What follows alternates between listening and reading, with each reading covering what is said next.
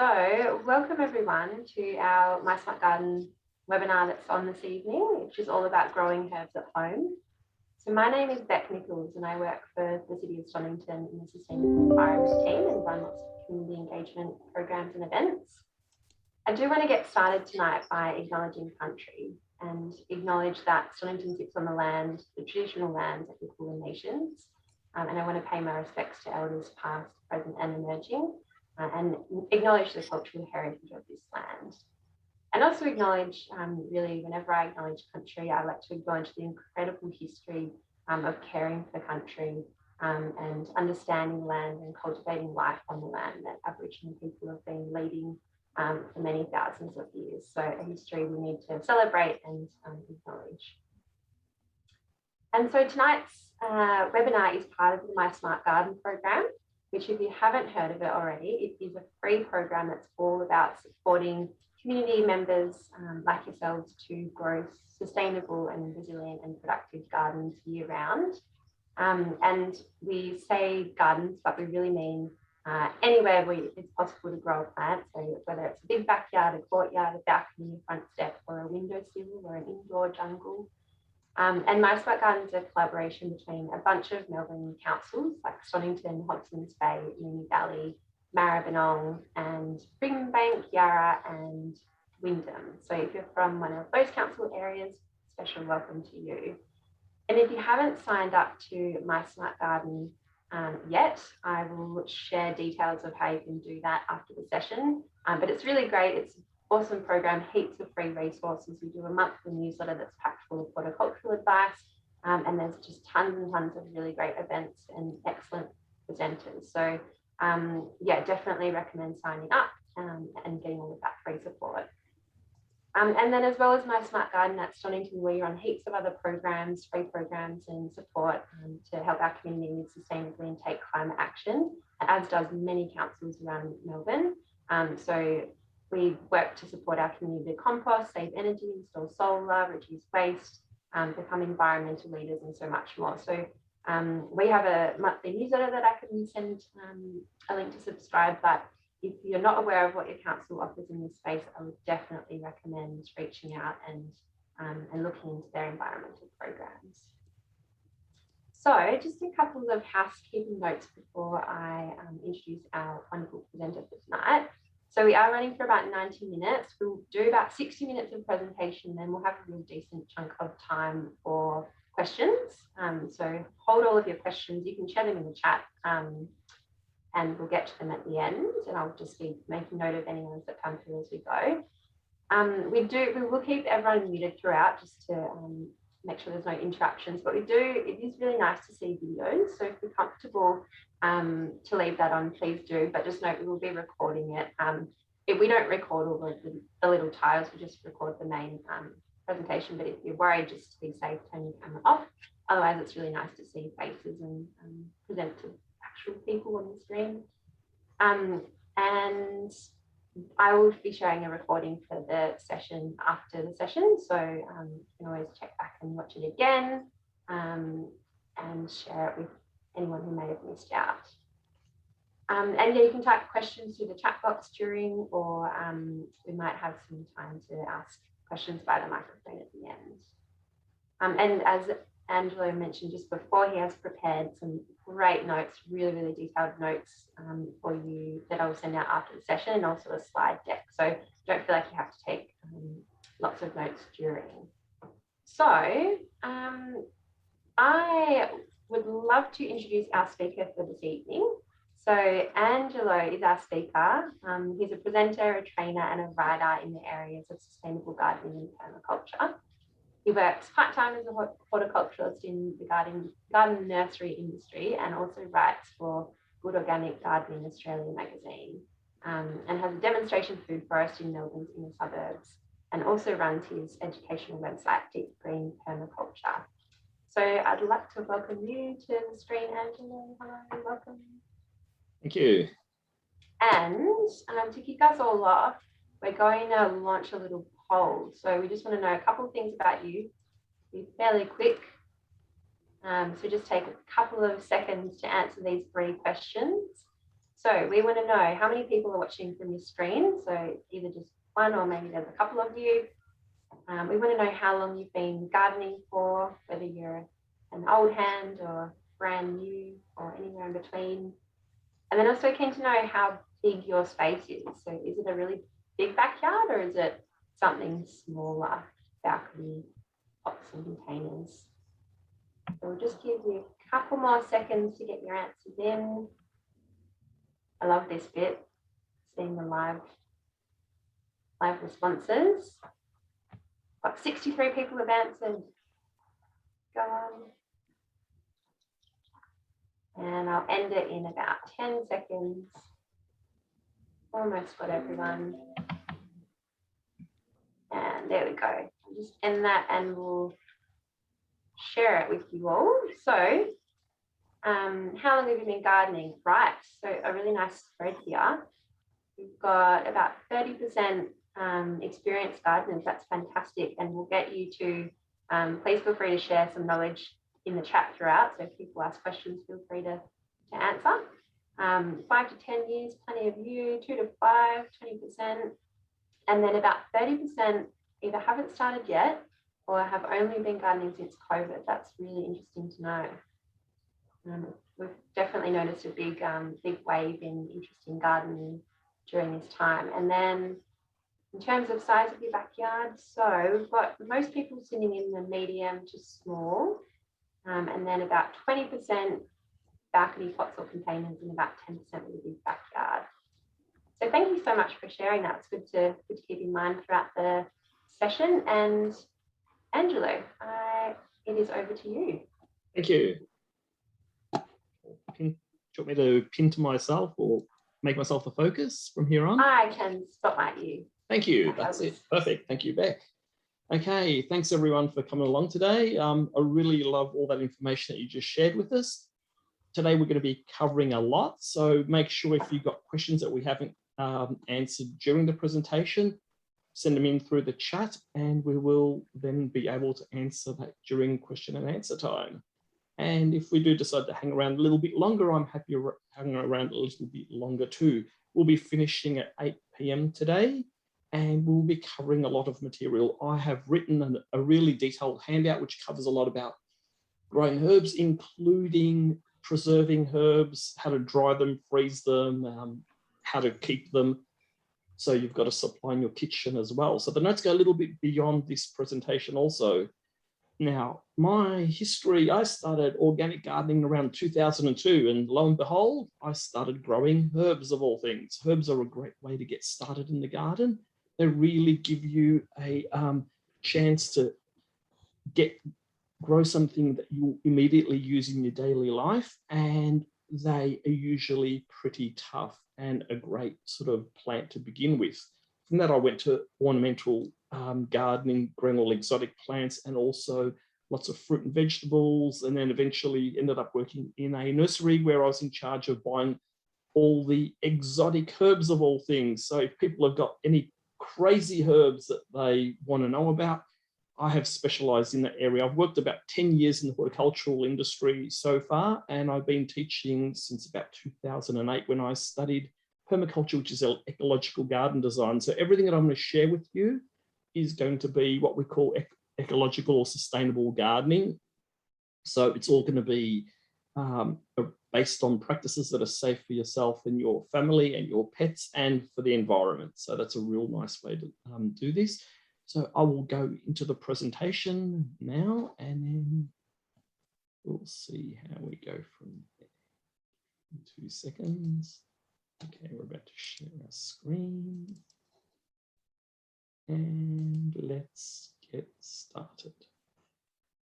Oh, can you see that? Just, yeah. Whoops. That's the one. Perfect. Okay. So that's me, I'm Angelo Eliadis, and Deep Green Permaculture is my website. Lots of free information and resources on that site if you need additional information. Okay, now what are herbs? So most people don't realize that herbs are basically any useful plants that we value for several uses, including cooking, for use as fragrance, for their medicinal or health-giving properties, for actual pest control, for even dyeing and colouring fabrics and other materials, and many, many other uses. And by the way, all the photography in this presentation is all from my own garden. So you get to see all my herbs, like that's my lovely peppermint there, which I grow. Now, a sort of more broader definition is that anything that isn't a fruit, a vegetable, a grain, or a staple crop is classed as a herb. A lot of people also mix up botanical herbs, what we call herbaceous plants. They're plants without woody stems. Think of like your tomato plant, for example, versus things like rosemary, which is not a herbaceous plant, but it is a herb because we use it as a culinary plant. And like I was saying, there's my Chinese green tea that I've been growing from my green tea camellia, and I've brewed up a tea there with it. This other little plant here is a perennial ageratum. It's called a floss plant. They look like little balls of fairy floss, the flowers. It's actually mosquito repellent. So not everything that's a herb is edible. Some of them are used, like we mentioned, for pest control. They can be used for pest control to protect our garden, also pest control to protect us from pests so we don't get eaten by mozzies. So there's a few uses for herbs. Now, if we look at the various types of herbs, one of the classifications of herbs is essentially botanical. For people that are new to gardening, I'll just let you know that we classify plants in horticulture based and in botany based on how long they live. So a lot of plants are what we class as annuals. They only live for a year. Technically, it's usually less than a year. It might be only summer or only the warmer season or only the cooler season. And after that, they will produce seed and then die down. Since we're discussing herbs, plants like sweet basil, chervil, coriander, dill, and summer savory, they only grow for one season. And then they will die down, so less than 1 year. So if you think of most of your veggies, for example, or annuals, they only live for a year. They don't usually live much longer than that. There's another category of plants called biennials, which means they live for 2 years. And so they grow for the first year, and then the second year they will produce seed and then die down. Parsley is a classic biennial. And the other thing about parsley is it starts off as a small plant and then grows into a huge plant and takes up most of your garden. So don't pick the best spot for your garden because it can also grow in part shade. Grow in the worst spot in your garden. If you've got a side of the house where you've got your ducted heating and your air conditioning and the hot water unit, and you've probably got a few cracks in the ground or some broken concrete, throw some parsley seeds in there. You'll end up with a permanent parsley patch. Parsley is really tough and it lives for 2 years. So if they're all at various stages of growth through that 2-year cycle, you'll be able to pick it at various points in its growth. The flowers, when anything from the parsley, carrot, dill family goes to flower, those little flowers attract all beneficial insects like lacewings, ladybirds, and hoverflies, which eat your pests. They also attract bees as well. So they're valuable in the garden even when they're going to flower. Then you can collect the parsley seed afterwards. Third category of herbs are what we call our perennials. They're plants that live year after year after year and live for a very long time. Simple way to think of perennials, think of anything like thyme, rosemary, sage, for example. But then perennials break down even further. Here's some examples actually from my own garden.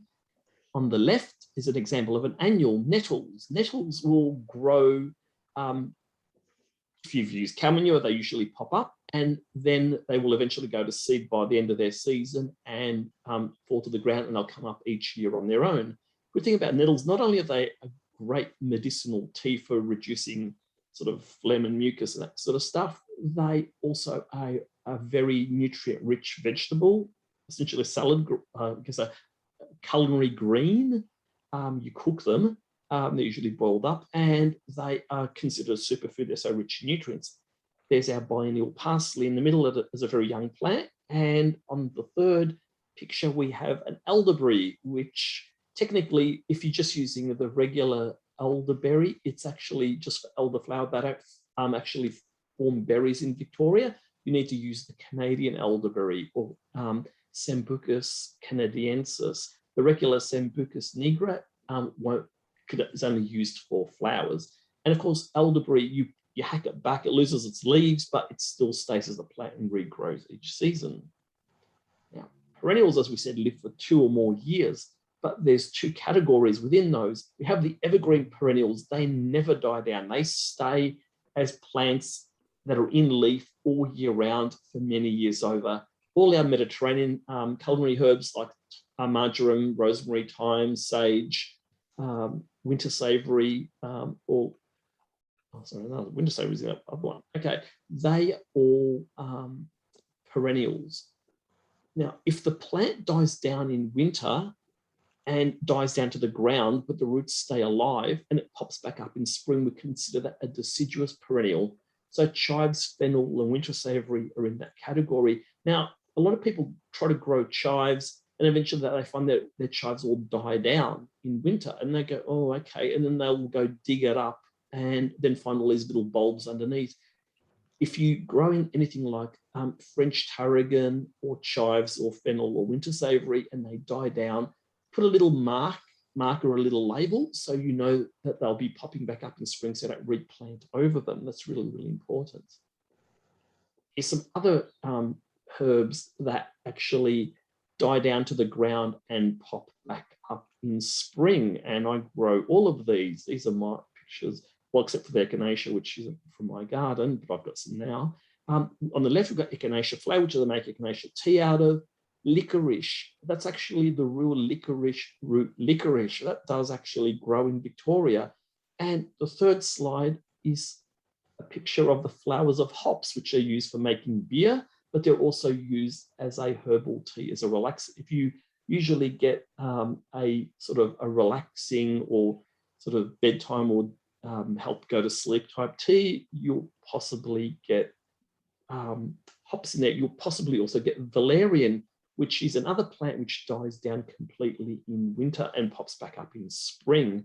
So these are what we call deciduous perennials. So they live year after year, but the tops of them die down. The reason why they do that is because they grow in, a lot of them grow in very cold climates like England, where things get snowed over. And the way that a lot of plants cope with frost is that they either drop their leaves or they die down the ground and they sleep over winter. Now, if we're going to start up a herb garden, that's irrespective of whether it's in the ground or in pots, we need to provide the basic needs of plants, and those are light, soil, and water. For people who did their biology or science a long time ago at high school, essentially plants photosynthesize. They use the energy from sunlight, carbon dioxide from the air, and water to create carbohydrates. Then they use those carbohydrates to fuel their growth and to essentially capture energy, which is then eaten by other animals and other organisms, which then carry that energy on. So they essentially initiate the whole process of life. So they're called producers in biology, and they're also called autotrophs because it means they automatically generate their own food and other plants eat them. So they're essentially at the base of a lot of cycles of life. Now, we've established that they need light, soil, and water. They all require different amounts of light and water and soil quality. Some of them require more nutrients than others. So ultimately, we need to select the right plant for the right place. That's the expression that we use in the nursery industry.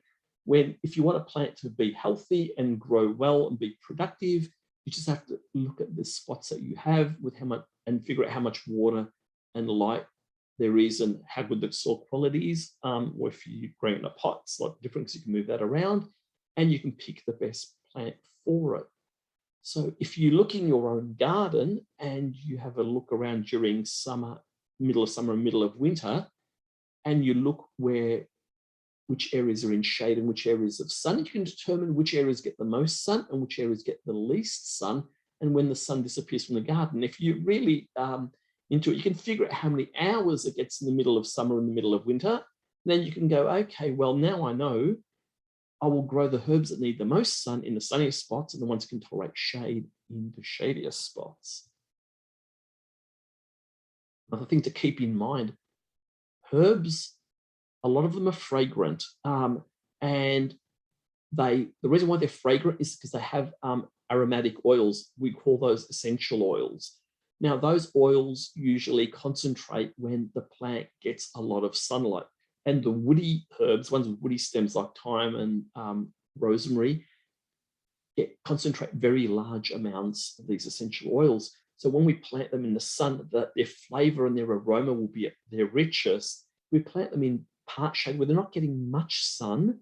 They'll look lush and green. They'll look really healthy. They might even be really big plants. They could be really, really dark green in color. The reason why they go dark green is they're trying to get concentrate as much of that green pigment in their leaves as possible to get as much light as they can.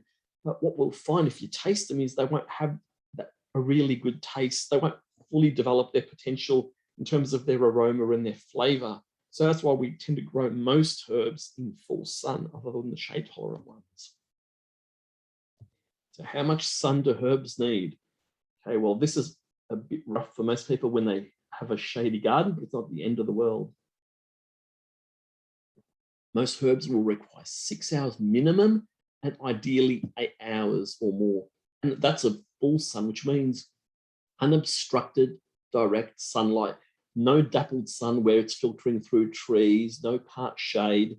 So that's a lot of light because herbs are pretty tough. They're very close to wild plants and they grow in very harsh, desolate places. Of course, there's ones that grow that are a lot more delicate, need a lot more water, and we'll discuss those in a moment.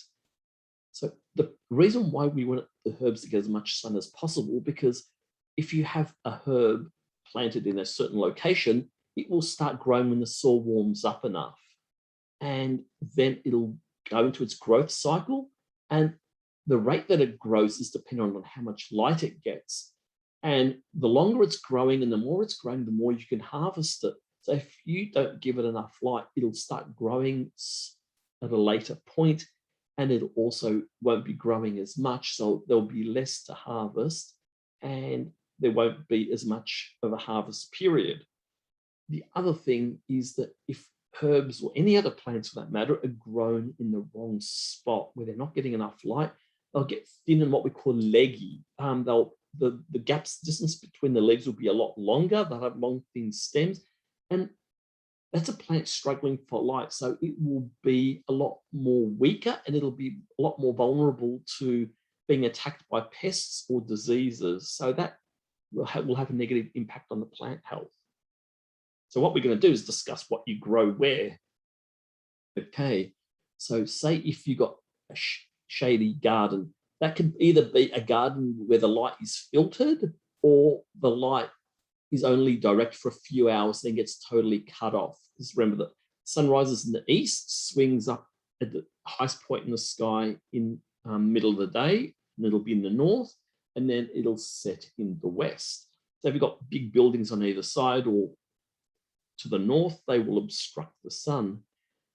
Now, I normally, when I teach this as a big course, go through each of these in detail, but I won't. I'll go over them briefly. So we've got quite a few herbs that we can grow in part shade here.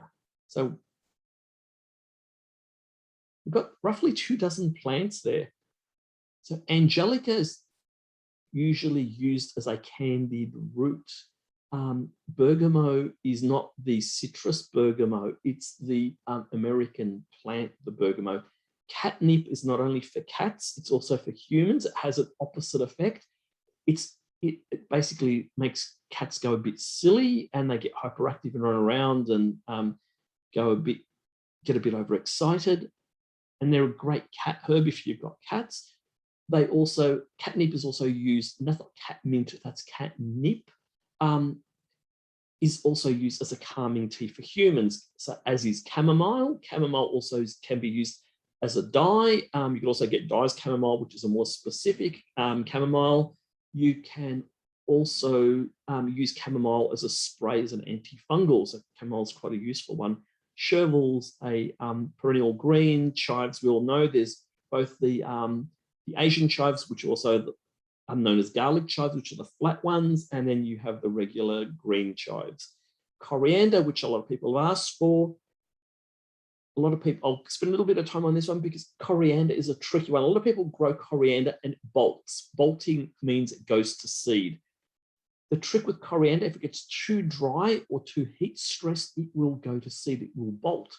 So the way you avoid that is you grow it in a part shady spot. Grow it in a spot that gets sun in the morning and up to midday, and then in the afternoon either doesn't get sun or only gets filtered sun. If you're growing your coriander in a spot where you can't exactly shelter it, then all you do on the west side where the setting sun is, because after sun where the sun gets, so after 3 p.m. when the sun gets really hot, you get that hot direct afternoon sun. It gets quite sort of torturous and really harsh. What you do, just put 2 posts and stretch some 50% shade cloth. Why 50%? Because 70 and 90 is only for humans. 50% shade cloth gives you enough shade for plants to keep growing through with the light that they receive. So if your coriander does go to seed, if it bolts, let it self-seed and let the seeds come up on their own. At the very best outcome of it going to seed is that you'll establish a permanent little coriander patch that will self-perpetuate like the parsley that I spoke about earlier. Now, comfrey is something you grow alongside chicken coops. It's also used both medicinally as to, was used by knights when they used to joust and break their bones. It's basically used as poultice. Dill's the culinary herb, which people are familiar with, that goes to seed quite easily. Again, you don't heat stress that. So again, for the same reasons that you grow coriander in part shade, grow dill there. A lot of people have trouble getting dill to grow. For that reason, fennel, there's both the annual fennel, which is the one that they use the base of the plant, the Florence fennel, and then there's also the perennial bronze fennel as well. So keeping those plants in part shade helps. Feverfew is essentially a beneficial insect attractant. Also, you can eat about 4 leaves. It gets rid of headaches. It doesn't stop fevers. Strange enough, it's a headache preventative. I used to get really bad migraines, and I used to go and pilfer leaves off the plants that we had in the nursery and eat them before I had to do an evening presentation to hold me going.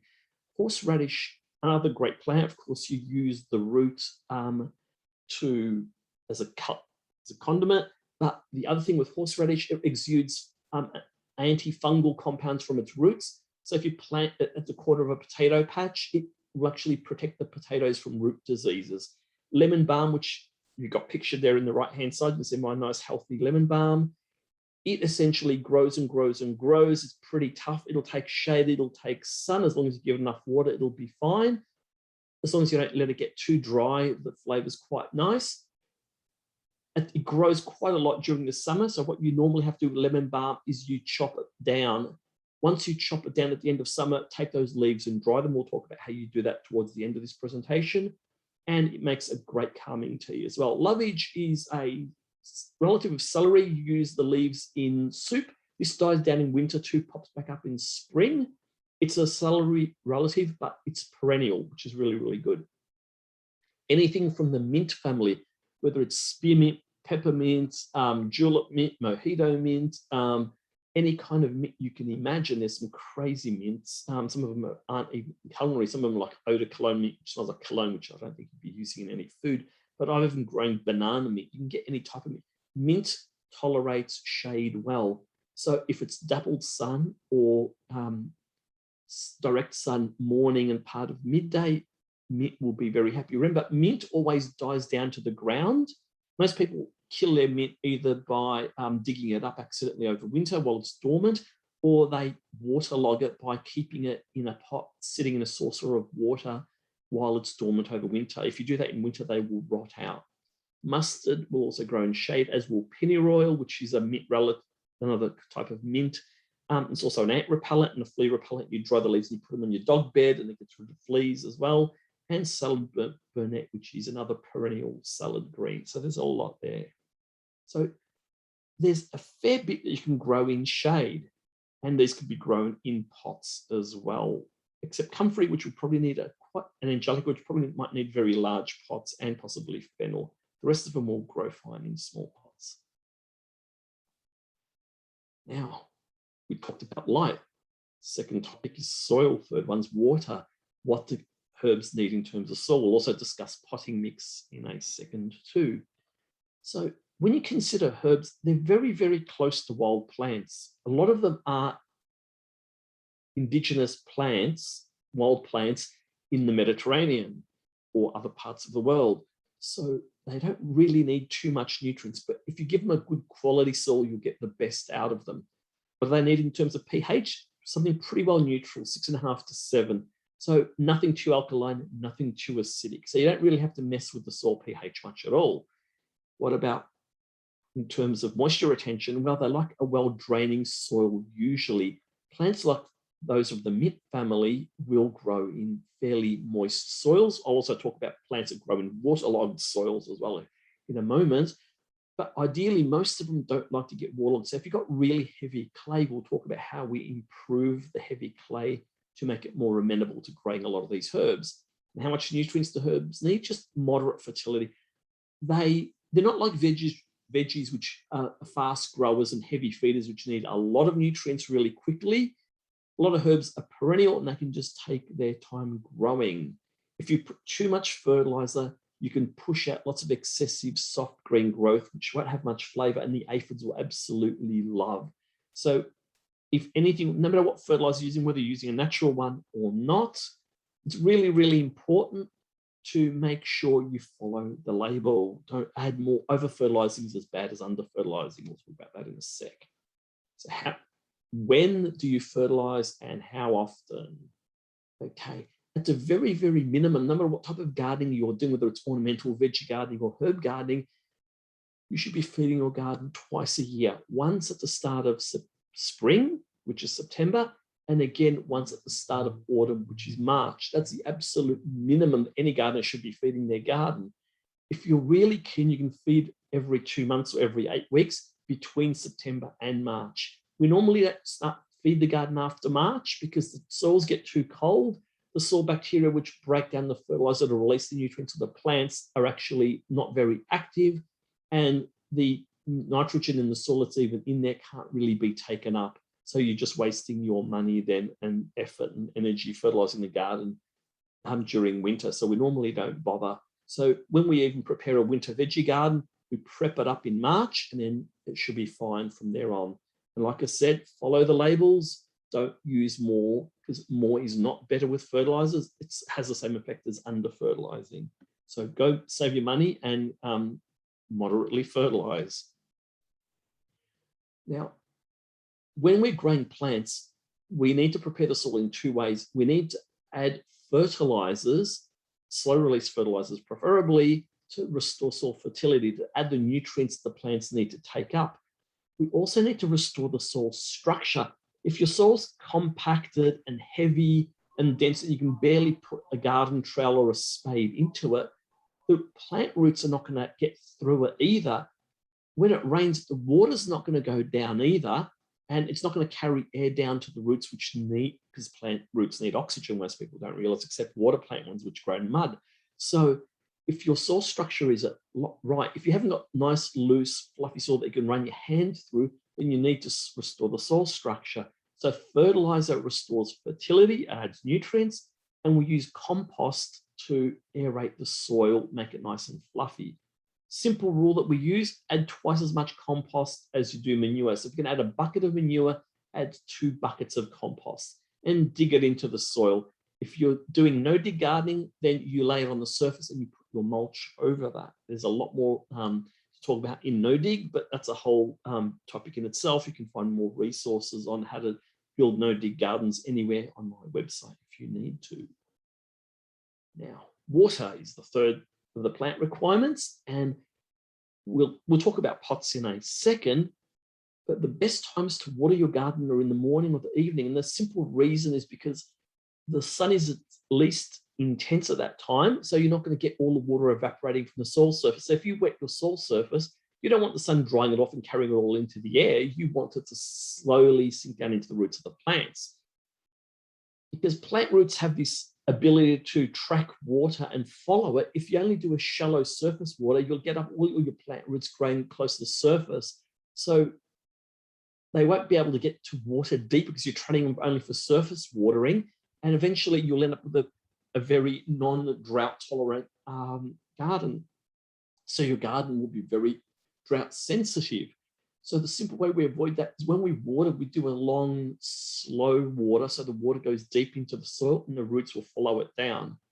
And that works really well. If you mulch your veggies or herbs like the ones pictured in this slide, we normally put a layer about 5 to 7 centimeters thick of like a straw mulch, or we can use woody mulches around herbs. They're not too bad either, to insulate the soil from the sun. So it keeps the soil cooler, stops water evaporating. If you're running irrigation lines like the brown drip lines shown there, you run those under the mulch. That way, when they go drip, drip, drip, they will go deep into the soil and they'll never get exposed there. They'll also last a lot longer when they're not actually exposed to the UV of the sun. What happens if you have too much water? If you've got an area that's like a bottom of a hill or a little valley or trench or something in your backyard where it just gets waterlogged and floods. Well, what we've got pictured there is watercress. You can actually pick herbs that tolerate damp soil or even love waterlogged soil. One of the classic things that we used to do in community gardens, when you have a big water tank in a community garden, some of your councils might supply you with community gardens and they might be kind enough to fund you guys to get water tanks. When people are watering the gardens, inevitably there'll be lots of water spill and it'll be quite muddy. Plant your watercress at the base of your water tank below the tap. That way, when any excess water drips down, the watercress will take it up and you'll end up with a healthy, nice, big patch of watercress as well. Watercress also does go to seed. It produces little fine brown seeds and they'll come up each year as well. Now, say you've got really, really wet soil. Well, what can you grow? Again, there's Angelica. It can grow in shade and it can grow in damp soil. So can bergamot. There's another herb called borage, which is a great herb for attracting bees. It has little blue flowers, which I'll show you in a second, a picture of it.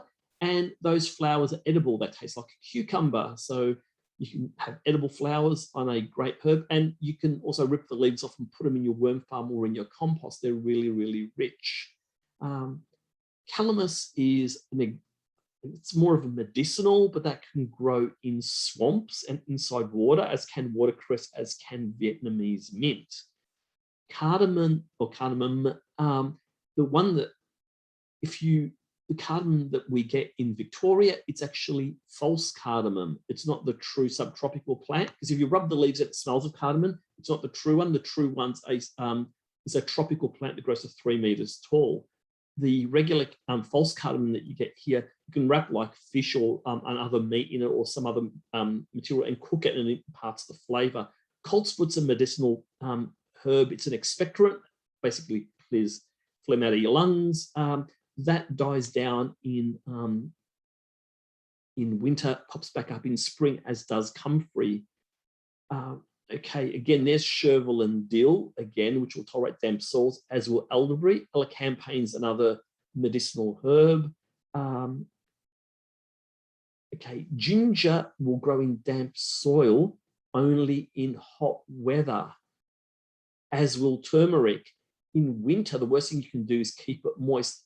What you want to do with your ginger or turmeric, and I've got some huge articles on growing turmeric in pots or outdoors, and what you need to do is keep it out of the rain in winter. Subtropicals grow with hot, wet summers and cold, dry winters. Here in our temperate climate, we have hot, dry summers and cold, wet winters. So if these things get cold while they're dormant, because they die down in winter too, ginger and turmeric, if you get them wet, they will die down. They will rot out, sorry. So when they die down, I normally put them in a pot and shove them under the eaves of the house, the roof that extends over so the rain doesn't hit them. Just have to keep them barely moist. And they pop up on their own. Goticola is also called arthritis herb. That is a plant that will just keep on growing no matter how much damp soil. It also loves shade. And people just normally take about 4 leaves a day to get rid of certain types of arthritis. My mum's fingers got really arthritis. She couldn't do any gardening. I gave her some. She's back to gardening and she doesn't have any arthritis pain in her fingers. I'm not giving any medical advice here, but I'm actually a pharmacologist, toxicologist, and biochemist as well. So that's why I love my medicinal herbs, because I know that there's a lot of medicinal compounds in these things. Horseradish we've already talked about. It will take shade, it'll also take moisture, as will lemon balm and lovage, which we've already talked about. Lemon verbena is a little subtropical tree. It has a very strong lemon fragrance, makes a great lemon tea, could also be used in cooking. You just clip it down to size to keep it small, or keep it to about head height, and that will grow in damp soils as well, but it needs a fair bit of light. Mint loves damp soil, but only in summer and spring and autumn, essentially when it's warm and it's in leaf. Once it gets cold in winter, don't have it sitting in wet soil.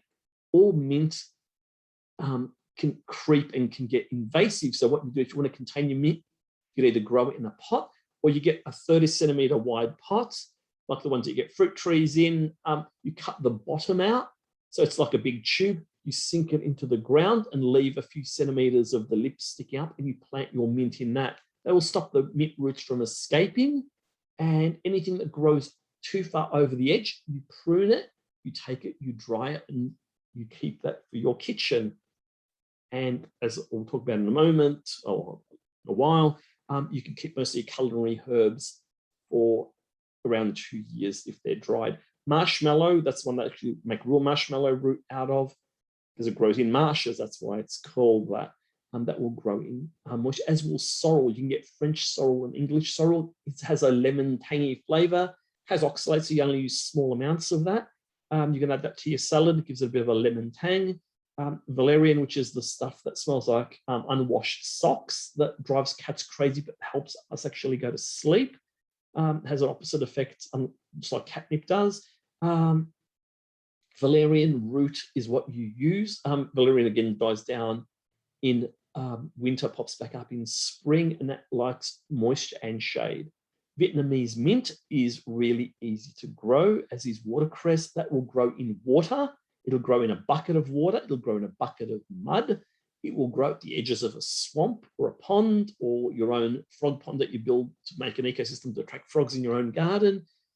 It will grow virtually anywhere. It's an aquatic plant. The great thing about going to some of the Asian supermarkets is a lot of the Asian herbs are aquatic. You put them in a jar of water, leave them on your kitchen window, and they'll grow roots, and then you can put them out into the garden.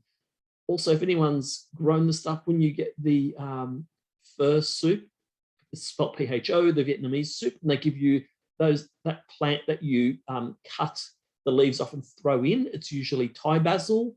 Sometimes it could be perilla. You can just take 2/3 of the leaves off. We'll talk about how to propagate things as well, and put it into a jar of water, leave it there, it'll grow roots, you can plant it into your own garden. But there's a few. Now, by the way, a lot of these plants that tolerate moisture won't tolerate prolonged wet, muddy, waterlogged soil, except the ones that are pointed out here, the calamus, the Vietnamese mint, and the watercress, and there's a few more. Some of these look really, really nice. The two on the left, that's a vapka, or Vietnamese fish herb. It actually smells like fish sauce, or as most gardeners will be more familiar with, sea salt seaweed extract. It smells like that. And that's the left one is a more ornamental variety. The green one in the middle is a more common one. It's used for making fish sauces, but I guess they'd be vegan fish sauces because it'll give you that fishy flavor without any fish in it. The plant on the far right, it's kangkong or water spinach. You can get little bunches of this. That one's an annual, but it goes to seed and collect the seeds. It grows only during the warm weather. Vapka will also grow during the warm weather and dies down in winter too. There's a few other aquatic edibles, like one called water celery, also known as water parsley, which I've been pictured here. You can get a colorful version of that called flamingo as well. And it tastes essentially like a salad green. There's also a few other ones.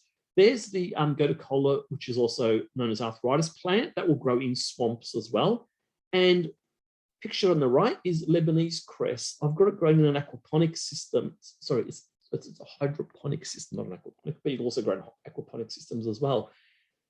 It'll also grow in a bucket of water. It'll also grow in the soil. It'll just spread in carpet and fill. It grows in Lebanon on the riverbanks, and it's a salad cress essentially, and it grows very prolifically. So make sure you keep it contained. So these will all grow in mud.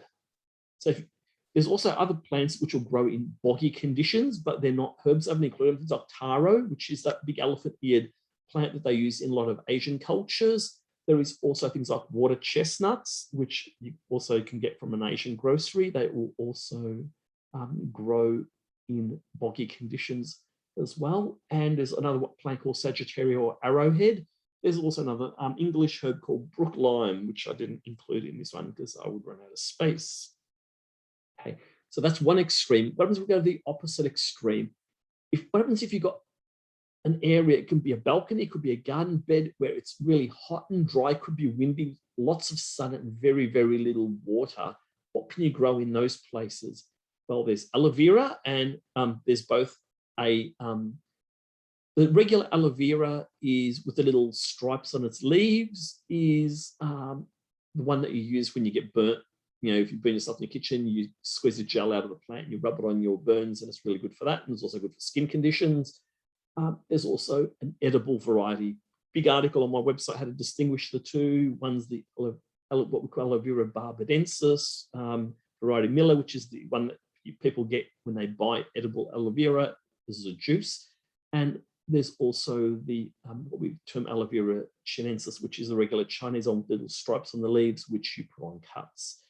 There's also cat mint, which is not catnip, it's cat mint. It's also another cat herb, just like you get catnip, cat mint, and also cat grass. Cat grass is also now called pet grass to not leave the dog owners out.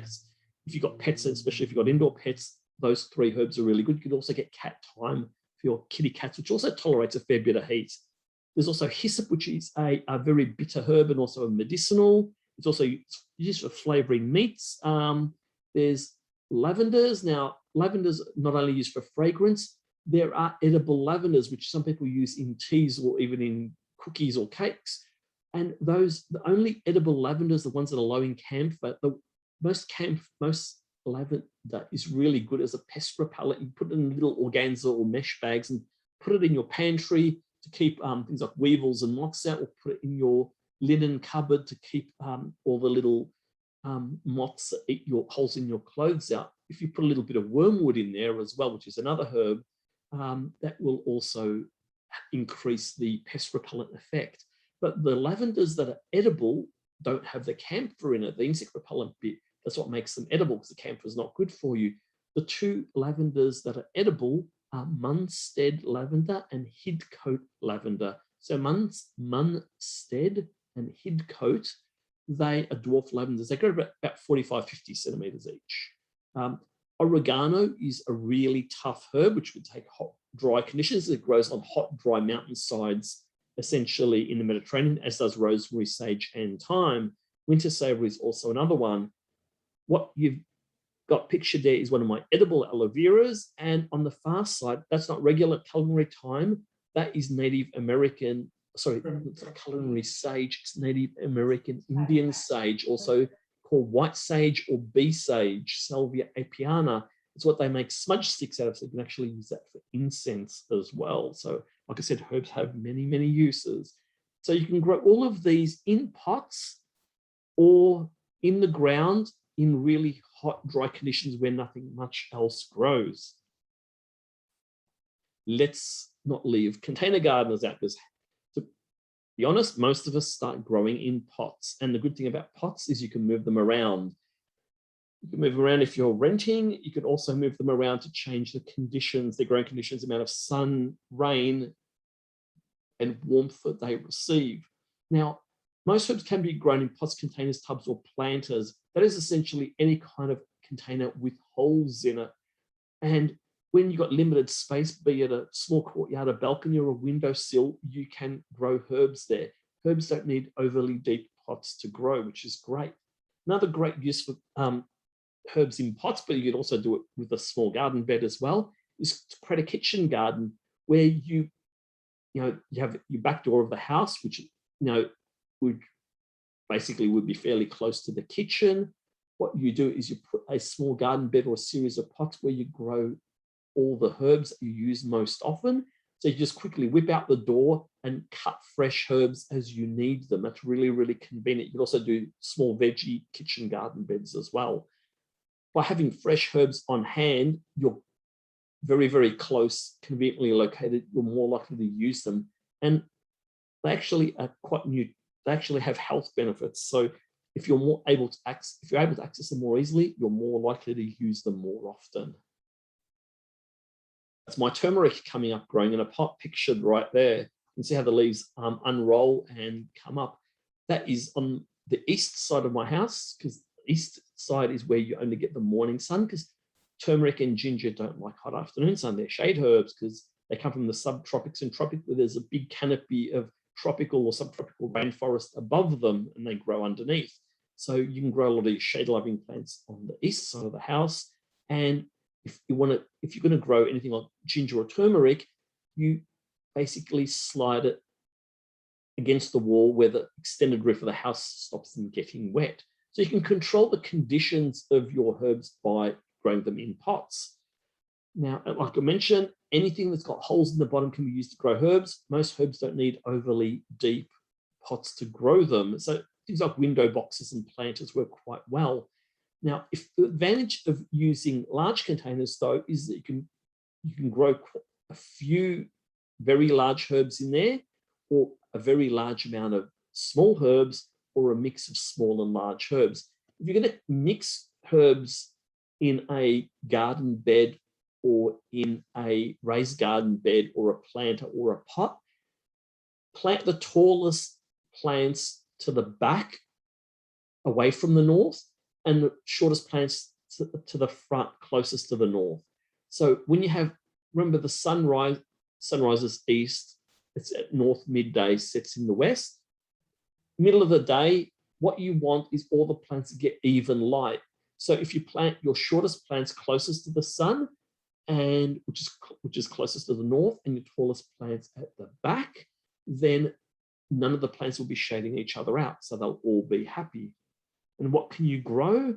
Roughly, as a rough guide, a 20 centimetre wide pot can hold 1 culinary herb. This is being general because obviously, certain plants are bigger than others. A 30 centimetre wide pot can usually hold 2 herbs, and a 40 centimetre wide pot will hold 3 to 4 herbs. And that's assuming you're harvesting them fairly often, because we all know that a single sage bush or a rosemary plant can be very, very big. But if you're growing, say, 2 or 3 plants in a 30 or 40 centimetre pot respectively, and you're constantly clipping them, using them, drying them, when they get putting and drying them to stop them getting too big, you will have a constant supply of herbs, and you will keep the plants at a reasonable size in the pot so they won't be fighting each other. And you can grow some pretty exotic stuff in pots. That's my stevia plant in a pot. I've had stevia now growing for 2 years. They get to 1 metre high. You can chop all the leaves, you can dry them, and you can make your own stevia powder, which works really, really well. Now, if you're growing plants in pots, because we've already talked about how the soil nutrients are important, healthy soils create healthy plants, you want to give plants the best chance that they have in pots. So ideally use a premium potting mix. So that means something that is going to cost a little bit more. It'll be around the $10 mark or a bit more than that. And it won't be something you get from your local supermarket or from your budget bottom, the bulk discount, $3 a bag at your local super large tin shed hardware store, which you probably know what I'm referring to. So those are really bad. They're just composted pine bark and nothing will grow. So ideally use a premium potting mix, and don't use garden soil in your pots because it'll turn to mud and plants will drown. The only things that you can grow in soil in a pot or even a bucket with no holes are things like water chestnut, Vietnamese mint, watercress, all the things that grow in mud, basically pond plants that will grow on the edges of ponds. Now, with your herbs, you can repot them every 1 or 2 years. I think usually for me, I find 2 or 3 if you use the premium potting mix, and you can pot them to the next size pot up if you can. If you don't, what you do is you just scrape out the potting mix around the top and the edges, Don't rip up the roots though, and just replace it with some fresh potting, put down some fertilizer and put some fresh potting mix down. Now, most people don't realize those are little tags with the little red box with the 5 red ticks, or the little black box with the 5 red ticks, is the Australian standard certified product logo for potting mixes that meet the Australian standards. So they're not going to be really bad potting mixes that where plants can't grow. They're actually, to qualify for the Australian standard, they have to deliver what they promise to do, which is grow plants. And so the difference between a red one and the black one, the red one is essentially standard for a premium potting mix, which contains fertilizer. The black one is a standard potting mix, which is still a good potting mix, which doesn't contain fertilizer. Why would you get a potting mix with fertilizer if you're growing some native bush food plants, which might be phosphorus sensitive? So then you can use native plant fertilizer. That's why you would use that, or you get native plant fertilizer to grow instead. Okay. Now, once you've got your plants in the pots, you need to feed them. If you've got the red tick potting mix, that's usually got enough fertilizer for about 1 month. The really good ones have enough fertilizer for about 3 months. Ideally, what you want to use is a slow release or controlled release fertilizer. Slow release is anything like dynamic lifter pellets. Control release are things like the little Osmocote or Trofort, the little balls, which slowly release fertilizer. If you want to do it organically, use something like the dynamic lifter or the Grow Better organic fertilizer pellets.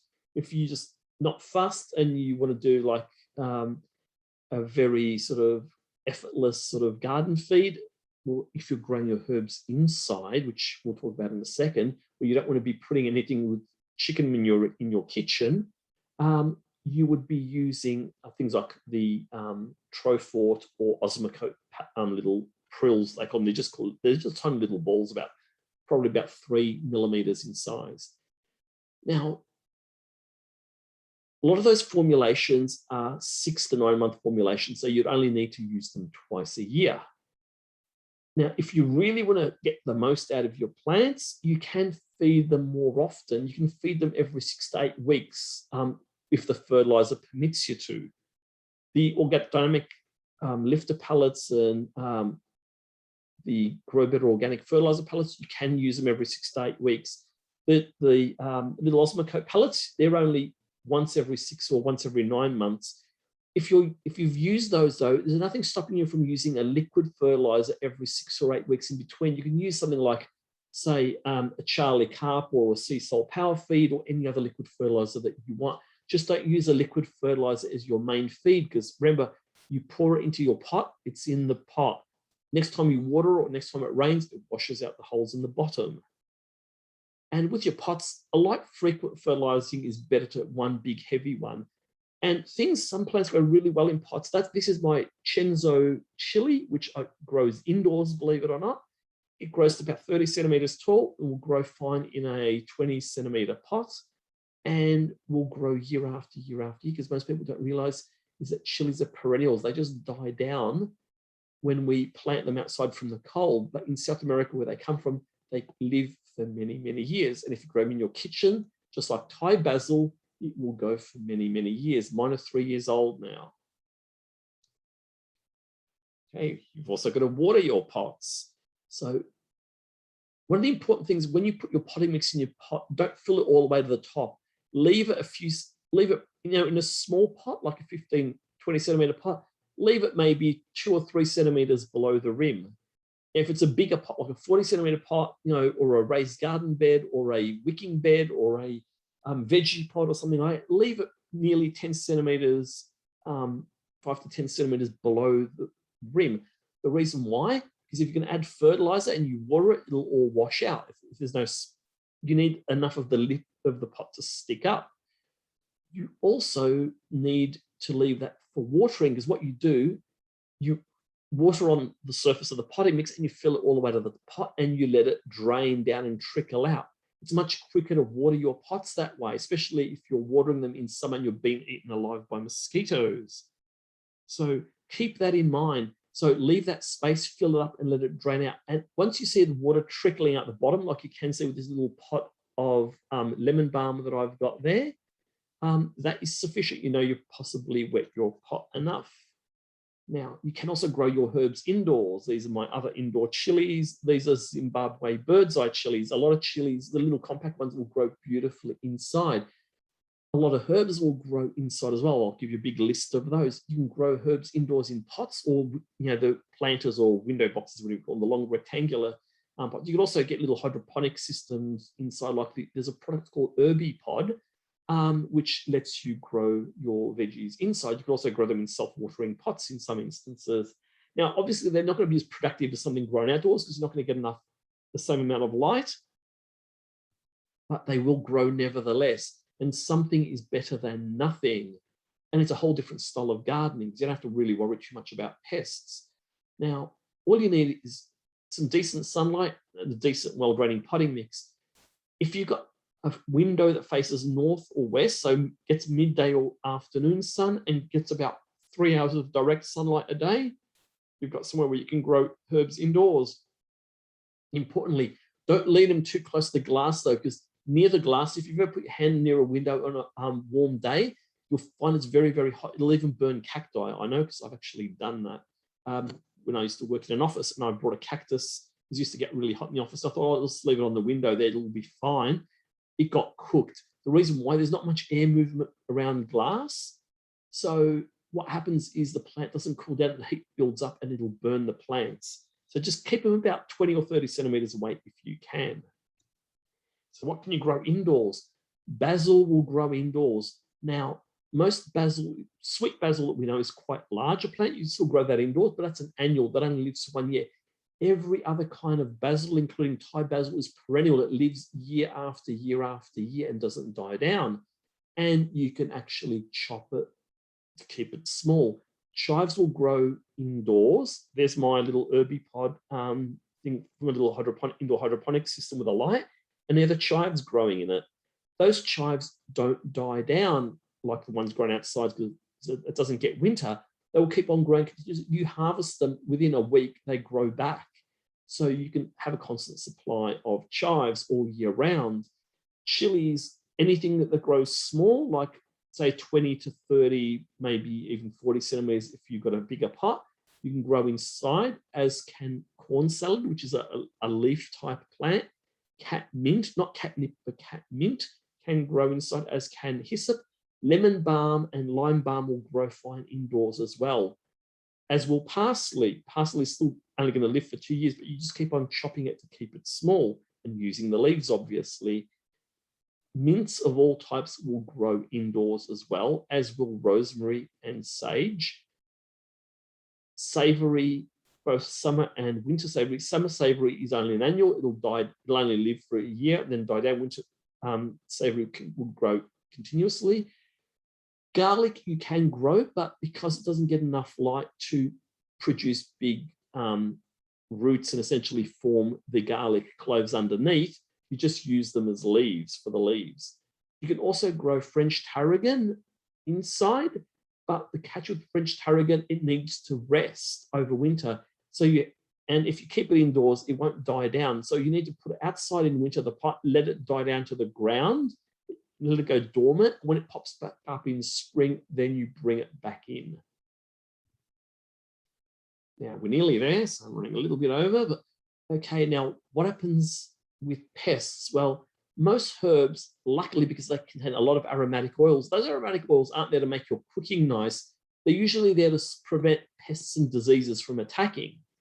So that's why you'll find that those compounds that they have will usually do a good job in defending the plants. That said, you can use some plants. Well, there's some simple techniques. What I've got there is some little brassicas planted there. You take a plastic bottle, you cut the bottom of it, you take the lid off it, and you put it over the plants when you're planting them out. So if you're planting out seedlings, they can tend to get eaten overnight by snails and slugs. Usually after sunset, especially if it's a little bit moist outside, they will come out and they'll mow them down to the ground. So the way you prevent that is you chop the bottom of a soft drink bottle off, take the lid off, because otherwise they can't breathe and they'll cook from the sun, and you put it over, and that keeps the plants alive and healthy. You can leave them in until they get to a reasonable size. Now, most people don't realize that seeds are harder to, it's harder to grow from seed, easier to grow from seedling. So seedlings are usually 6 to 8 weeks ahead of seeds. So if you're new to herbs and you're having trouble growing seeds, try seedlings. A little punnet of seedlings might cost you like under $5 for about 6 plants, or you might get a little simple 50-centimeter tube pot. It's a little rectangular pot, or a little round one, and it'll have a single plant in it, and they'll usually set you back about $3. That's a good way to start with herbs. Another thing is there's a lot of beneficial herbs, so a lot of beneficial plants that are herbs that are also companion plants. Nettles, for example, I spoke about earlier. If you leave a little patch of nettles, aphids will go and lay their eggs and attack the nettles in preference to your other plants. The ladybirds know that, and they will lay their eggs underneath, and the little ladybird larvae, which hatch, will start eating all your aphids. So it's essentially what we call a trap crop. It's a decoy which will direct the pests away. So that's quite a useful plant. Also, if you've ever seen calendula, which is a like an orange, bright orange daisy-like flower, it's both used for calendula ointment. It's actually also an edible flower, and it also will attract beneficial insects, which will eat a lot of your pests. So you don't have to worry too much about pests. There's calendula there. Now, one of the things to be aware of if you're new to gardening, pests and diseases aren't the thing that necessarily kills the plant. They just finish the job. Their job in nature is to essentially kill off the stragglers, the ones that are half surviving. So something much more suitable will take their spot. So if plants become drought stressed, for example, if they're not getting enough water, they can get weakened. And usually you find things like spider mites attacking. A lot of other diseases will also attack weak plants as well. And pests will normally can pick weak plants and they go for those in preference. So keep your plants well watered and mulch with bare soil if you need to in a hot summer. Keep your plants happy. They'll look after themselves, especially if you're growing herbs. Herbs are much tougher than veggies and they're easier to grow. I'm going to have to race through this last bit, but we're nearly there. You can harvest your herbs. This is me, and this is my turmeric powder that I made from the turmeric roots that I grew and dried. So you can use leaves, flowers, seeds, and roots of herbs to preserve. Now, I've given you lots of instructions in the handout that you will be receiving on how to both freeze and dry different herbs, and also how to prepare leaves, flowers, seeds, and roots. So there's a lot there. Some quick tips. Best to pick herbs in the morning because the essential oils are the most highest in concentrations. They give you the most flavor and most aroma. And if you're harvesting your herbs, don't take too much of the plant. Never cut more than half of the plant away. Ideally, you don't want to really remove more than a third because you need the plant to have enough leaves so it can photosynthesize and keep growing. If you cut it too much, it'll put all its energy into regrowth, it'll slow it, and you won't get much out of it. Now, if you've got annual herbs, which essentially will die down at the end of the season, then you can actually take the whole herb and cut it. Now, the herbs, when you dry them, they have a shelf life of about 2 or 3 years. So it pays to actually write the date on when you first dried them. So that way you can look through your spice jars and look for anything that's older than 2 or 3 years. You can either throw it out. I tend to throw it back into the garden because it just composts, or throw it into a compost bin, and that's fine. Now you can propagate a lot of herbs very easily. This is Vietnamese mint. Cut a little bit of it, put it in a glass of water, and it will grow. You can propagate plants either through cuttings, from seeds, or division, basically pulling up the plant and separating the little baby plants from the sides. These are the plants you can propagate from seed. So basil, coriander, dill, and parsley can be propagated from seed. So what you do is you save the seeds. There's a little bee on my sweet basil there. The bees will sit there and fertilize everything. They will produce seeds. Put a container underneath, give them a bit of a shake. You'll collect a lot of seeds. Write down on the you can store them in envelopes and put the envelopes in jars or some kinds of containers, and you will know what year you store them. Each type of herb seed has a limited life. I've got a big article on my website, how long do seeds last, and it's different for different herbs and veggies. Remember how a lot of people have trouble growing coriander, dill, and parsley. Well, fortunately, those tend to go to seed, but you can also propagate them from seed, which is really handy. Some herbs can be propagated from cuttings. How do you do cuttings? Well, there's a sprig of rosemary about the length of my finger. Strip off the bottom 2/3, put it in a jar of water, or put it in a pot with potting mix, keep it moist, keep it in a sort of area on the east side of the house or somewhere where it's only get a little bit of light in the morning, a little bit in the midday, not exposed to wind. Or you can put a little, cut a bottom of a plastic bottle, but leave the lid on this time and put it on the east side of the house where it's not going to get cooked in there.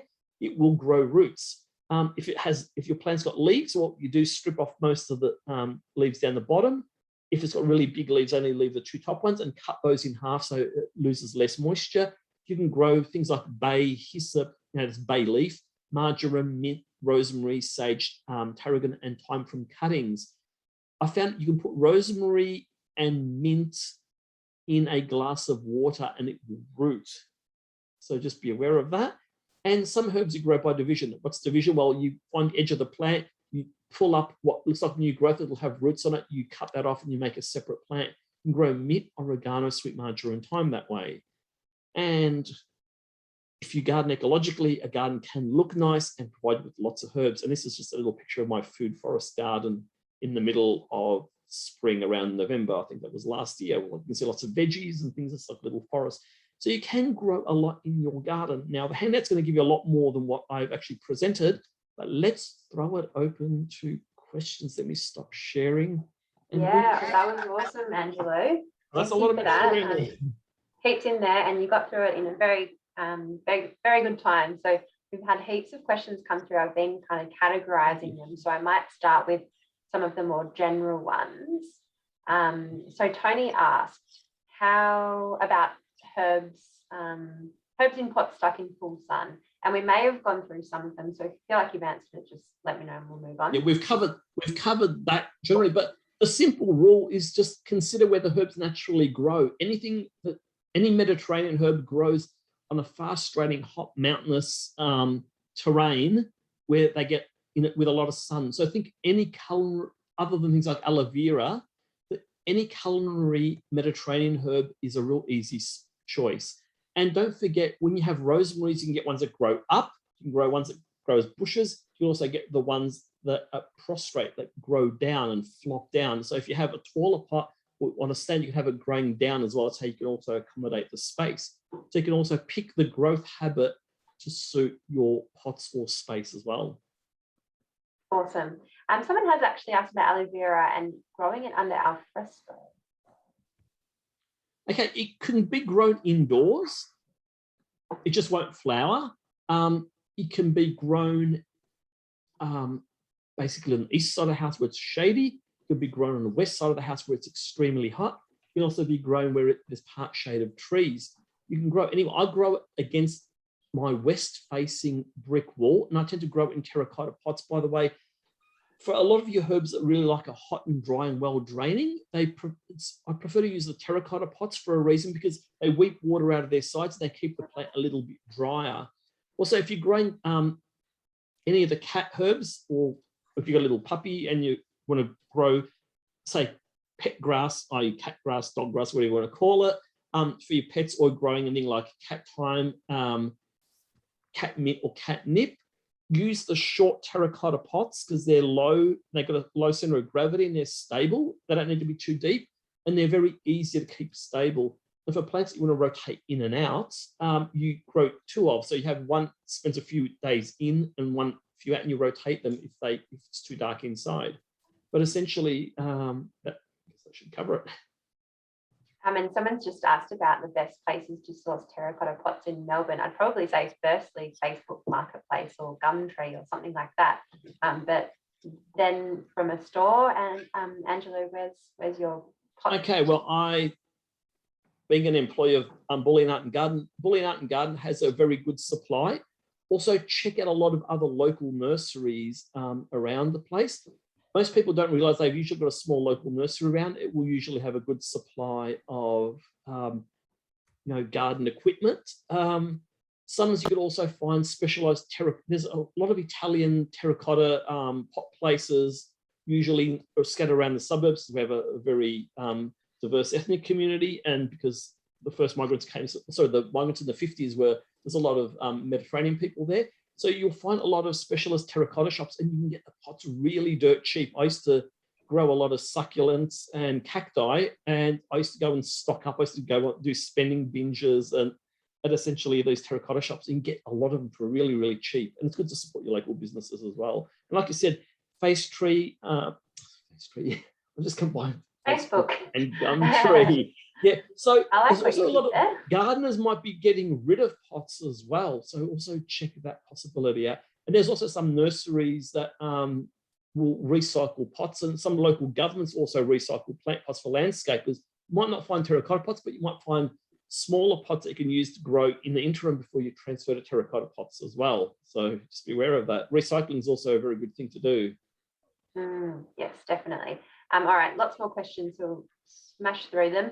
What about buying turmeric? Where do you recommend? I mean, definitely check with your local nursery, but any... Okay, just be aware that anything sold in supermarkets with this ginger or turmeric is actually treated with a chemical to stop it sprouting. So if you go and get it from any organic shop, probably a lot of Asian greengrocers, the organic ones will definitely not be treated. So you can get your ginger, turmeric, and galangal from any organic shop. You also can get them from nurseries that do specialist stuff like there's Siri's Nursery in Brunswick, Boyne Art and Garden. I used to be the buyer for all the exotic herbs, so they usually will stock things. A lot of that stock comes from All Rare Herbs in Queensland. Now, All Rare Herbs in Queensland does mail order, and you can get lots of really cool herbs like Indian and Asian herbs, lots of exotic medicinals, lots of great culinary herbs quite easily. So check out those places. And once you've got it and you've got it growing, it then propagates, it multiplies. You plant one bulb, you'll end up with two, or you end up with probably about four. What you do is you dig out the biggest ones and use those and replant all the littlies. And I've ended up I bought, I think, probably two turmeric tubers, and I've probably got three giant pots. I harvested about 2 kilos of turmeric just a few months ago. Yeah. That's awesome. Well, while we're on tubers, what about ginger? What kind of size pot is best for that? Sky was asking. I normally find that like a 30 centimeter pot is really good. Just be aware with the herbs that don't like too much moisture in winter. Never overpot your plants. So if you have a little tiny plant, don't put it in a giant pot. Use a next pot size up, and then just keep on repotting it up to the next size. Because what happens is if you have a big pot and not much roots, the rest of the potting mix stays really wet, which is exactly like a waterlogged pot. So just always pot next. But I find my ginger's been going for 3 years now in a 30 centimeter pot, and that's fine. Eventually it'll fill that up. My turmeric is usually in a 30 centimeter pot initially, then goes into a 40 centimeter pot. Galangal goes from 40 to 50 because that keeps on growing, doesn't really die down if we have a mild winter, and that can stay out in the rain pretty well indefinitely. Awesome. There's a couple of questions about mint. So one question around Amy has mint that gets really stemmy, not very leafy. How can you make it more bushy and healthy?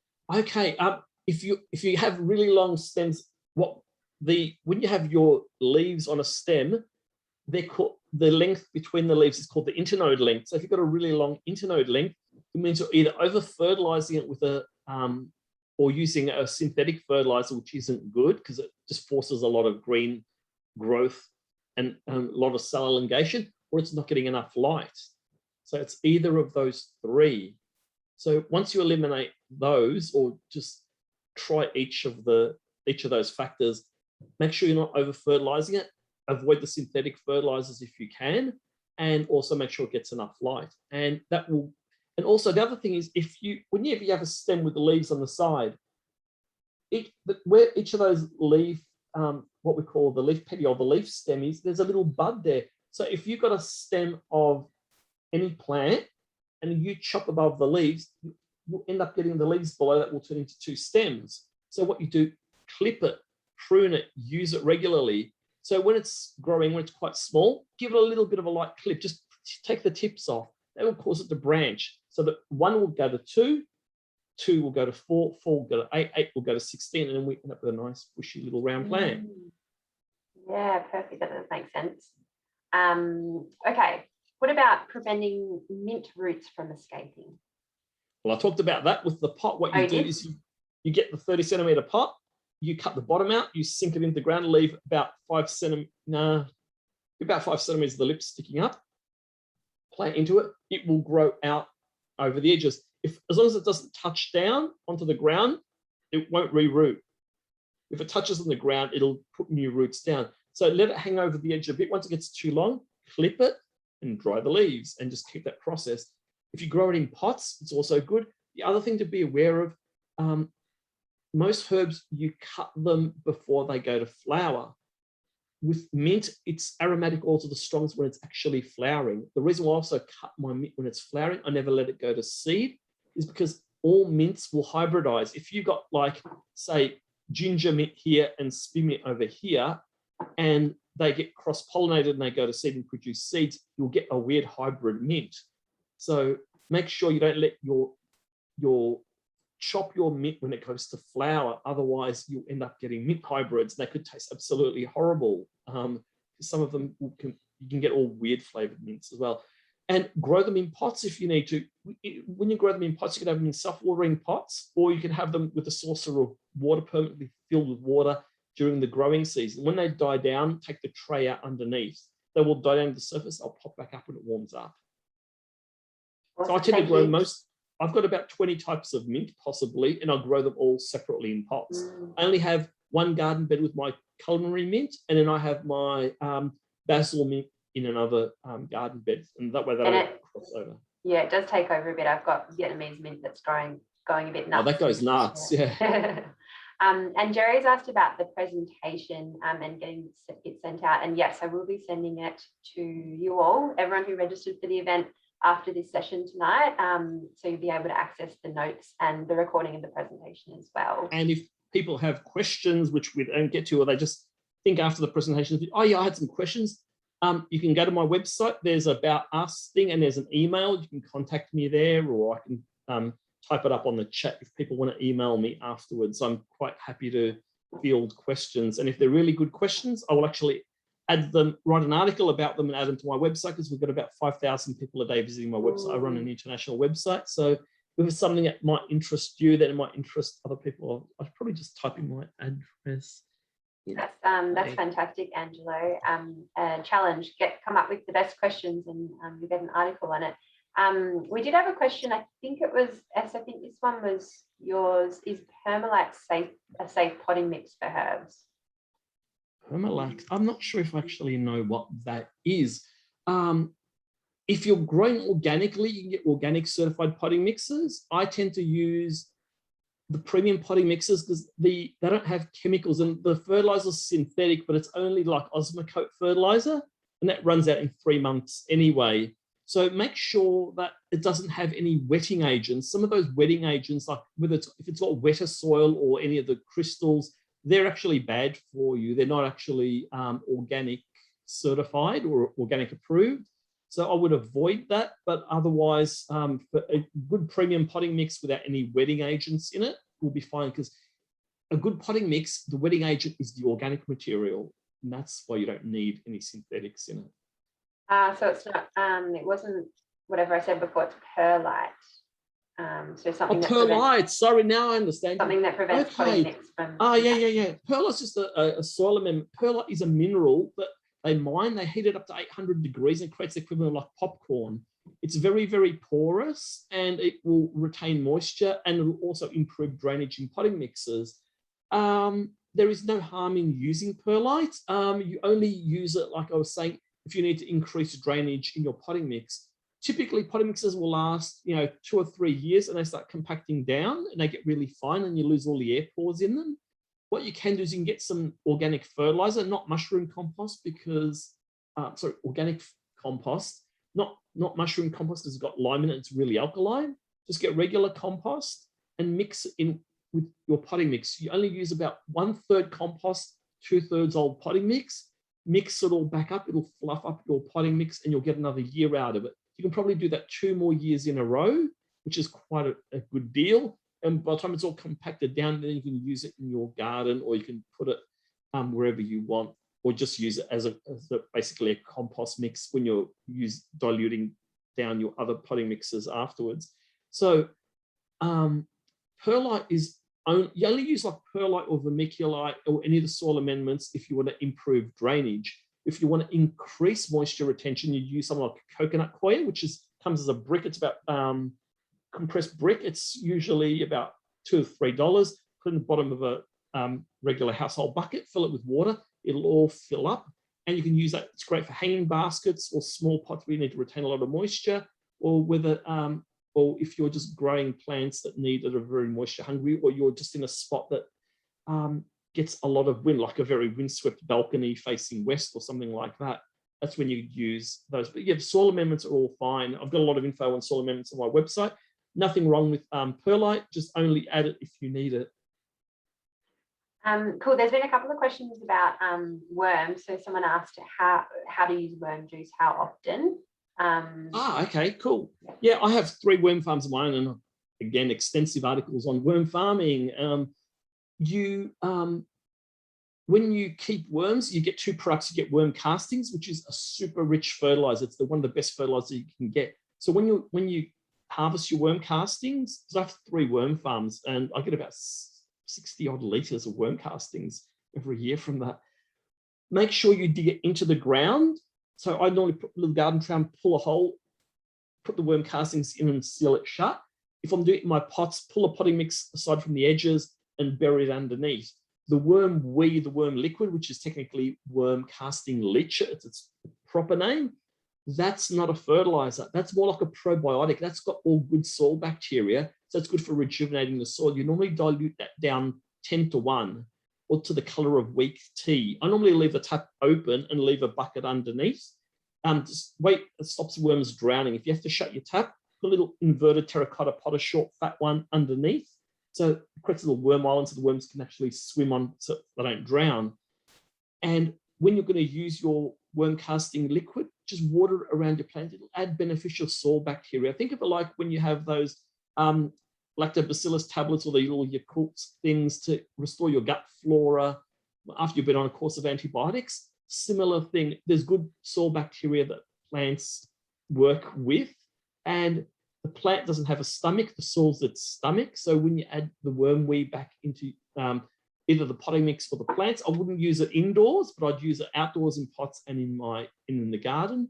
And don't put too much, just a little bit sort of frequently is the better way to do it. Awesome. That was a fantastic answer. And yeah, as you said, you've got lots more information on your website on worms, and we often run sessions on composting and worm farming at My Smart Garden, so you can catch those on our website as well. I might just, as we're approaching 8 o'clock, I might just wrap us up and say a few words and thank Angelo, and then we might jump back into questions, and Angelo's generously offered to stay around for a few extra minutes so we can get through. We'll do another quarter of an hour or 20 minutes or whatever people want. Yeah, legend. So great. Well, I just wanted to, firstly, thank you very much, Angelo, for joining us tonight. It was a really, really great, thorough introduction to herbs. I think that was something for everyone, whether you're just getting started or, an old hand and have lots of experience. I particularly loved hearing about all of the incredible exotic herbs that you've grown over the years. So thank you so much for that awesome presentation. I like to wrap up my webinars by making a request of everyone who came along. It's really good to just get everyone to make some sort of commitment to themselves to take an action and apply some learning from today.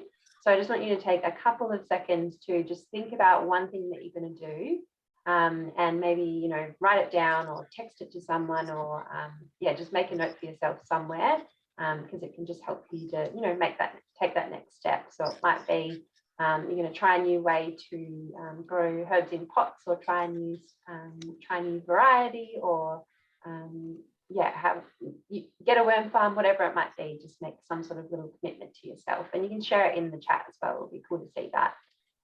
I do have a survey. I'd love to hear your feedback on the events that I run, and so that we can improve them for the future. So I'll send that out shortly, and please be honest and give your feedback there. That would be fantastic.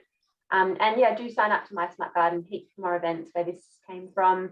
I've got a small space design workshop coming up, so that's more about the permaculture design process. We'll be stepping you through that process, so particularly good for anyone with courtyards, balconies, pot plant gardens. We've also got a wicking bed workshop coming up, and one on climate resilient gardens, so heaps of great workshops. And then I have some other sustainability events coming up, so we've got one on solar and batteries. And we've got one to prepare your home for summer, so again, making a cool and comfortable home. So I'll share a link, and you can subscribe to our environmental newsletter at Stonnington. So that's all from me that I had to say. But yeah, thanks again to Angela. Thank you all for joining us tonight and sticking around to the end. Good luck with your herb growing, and we hope to see you at another event soon. And I will share Angela's website in my email, along with the recording and his notes. And I'll just ask, if you've got some other burning questions, just add them to the chat now. We'll kind of take them as they come from now. So thank you very much. And thanks, Es, for that lovely feedback. Love to hear that Stonnington has great talk. I'm just reading all the great feedback. So thanks, guys. Wonderful feedback. Any last questions for Angelo? Here we go. Alex is asking, seeds, any benefit to starting inside versus outdoors? Okay, well, it's great that you mentioned that, because with warm season plants like basil, you will actually start that in August.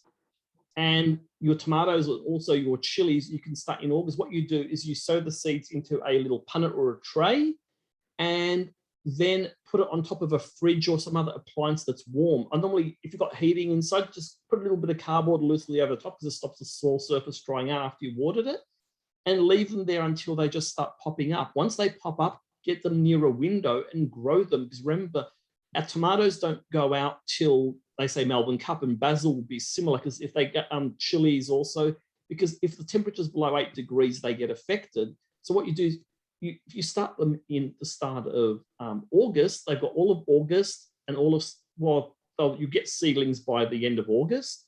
They will got all of September to grow, and part of October. So by the time they're ready to grow, you're going to have nice, big, tall, resilient plants. What you do, once they get to a fairly decent size, you dig them out lightly. You could use like a little fork or a little just little spoon, or just something to lift them out gently, or special little garden tools for that, or even just chopsticks. You lift them out, then you repot them into their own pots and get them to grow to size. So that's how we start plants early in autumn. In August, so that extends the whole growing season, because by the time they're ready to plant out, they've already had a month and a half's growth. So that's a really good way to do it. So remember, use things like fridges or other appliances to give them bottom heat underneath. It gets the seeds to come up really, really quickly. Oh, hot tip, love that. Magic ideas for oxalis? Getting rid of it, I'm assuming, because there's also an edible oxalis called oca, which is New Zealand yam. The simple thing is that if the more you disturb the soil, the more it actually spreads. So ideally what you want to do is have a thick mulch, grow lots of ground cover plants to smother it out. And what ground cover plants? Well, all your Mediterranean herbs are great ground cover plants. The more you, what I normally do is, if you had to spray it, there's a stuff called slasher, which is essentially geranium oil. It says nonanoic acid on the label, but that is just geranium oil. So when you spray it, it'll burn off the leaves, the tops, without disturbing the bottom. So obviously they'll pop back up and they'll use whatever energy they got left. A few sprays, you'll eventually deplete all the energy in the bulbs. If you then mulch over the whole thing and then grow some natural kind of ground cover, that could be ornamental, or it can be a culinary one, or it could be whatever you want, you'll eventually starve the bulbs out. That's the easiest way to do it. If you've got large patches, what you do, you put cardboard or newspapers, and they're going to be 25% overlapping. And normally you just fold cardboard boxes flat. So you've got 2 layers and you double up them. Where do you get cardboard from? Well, there's a large tin shed that sells hardware. but also has lots of boxes that they give away for free. So you go there, stock up on boxes, you do that, and you put your mulch over that. And if you need to plant plants, you cut a little hole in the cardboard and you plant through that. It's a simple way to fight oxalis. But you combine as many methods as possible, like cardboard or newspaper layers, spraying with an organic, safe weed killer like the slasher, and growing ground covers and using mulch. That increases your chances of getting rid of any weed. Cool. What about verbena? Verbena? Yeah. Oh, I'm assuming lemon verbena, that would be. Because there's ornamental verbena. I guess we're... You can use your mic, Deb, if you wanted to. So go again. I can just say Deb.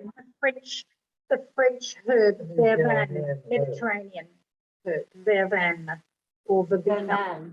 Oh, vervain? Yeah. Oh, vervain, yeah, I'll grow that. That's very, very, very hard to get. I got mine years ago from All Rare Herbs in Queensland, and I grow that. It dies down in winter, but comes back up each year, and you can harvest the seeds and grow that.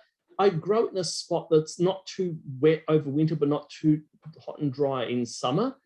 And especially it's what I find that grows much, much more easily in pots because it self-seeds much more readily and it doesn't get overgrown by anything.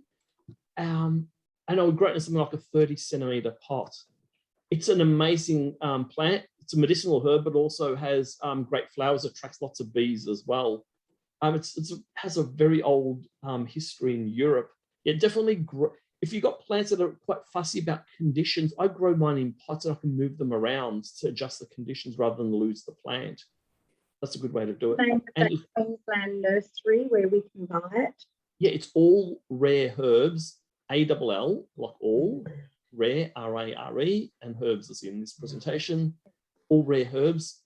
So if you just Google All Rare Herbs Queensland, they sell seeds, they sell seedlings, and they do mail order. Really, really, it's the guy who runs it is a plant buff, and I've been buying plants off him for the nursery when I was the buyer for years, and he's really, really great and really knowledgeable guy. Lots of information on their website too.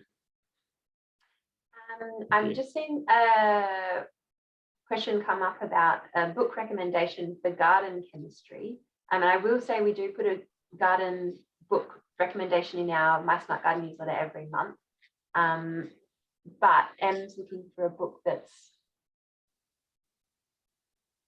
on garden chemistry. Garden chemistry specifically. Okay. Bit tricky because you're going either into horticulture sort of textbooks in that sense. If you want to know about pH and want to go into a lot of detail, I do have a series of articles on soil chemistry and pH, and they start with essentially the how do I describe it? They go into detail into they cover the first article covers soil nutrients. How soil nutrients interact with the ecosystem, what factors affect availability and so forth. And then the second one is how we modify the pH and the way that the pH modification works with the different substances that we use for pH modification, the pros and cons of using synthetics, versus the natural stuff, and also the timing and application of them. So I am a biomedical scientist by background, so all my articles tend to be quite scientific, and they basically teach from first principles. If I've got the time, I can actually go into details of not only how to do things, but why we do things. I tried to include some of that here. Chemistry fundamentals, part 1, and there's also part 2. Thank you. You shared the first one there. Yeah, that's awesome. So, so actually, that might be my next book. I've just finished producing because I write for Good Organic Gardening Australia. There's going to be a special edition called Grow Your Own Food Using Permaculture Principles. It's a bookazine. It's a short book, double-length magazine, whichever you want to call it, which will be coming out soon at news agencies. And that basically covers lots of gardening fundamentals, then goes into ecological gardening, building on from that. but I've also got 2 other European book contracts, which I have to finish, one by the end of this year on permaculture design. But one thing I might consider also is a ebook on garden chemistry, because that's right up my alley. I'm both a biomedical scientist by background and a horticulturalist with 10 years experience, so it's right up my alley. So thank you for that suggestion. I probably will write one of those soon. Perhaps you can read through those articles and see where that takes you, and if you need more information, demand the book of Angelo. Yeah.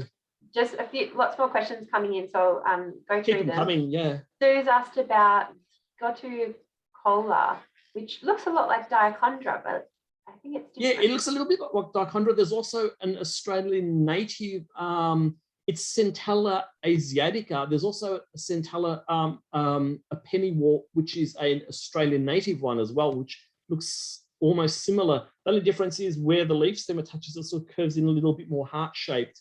And it does looks a little bit like dichondra, but the leaves of this one are about sort of, I'd say about 50 cent piece size.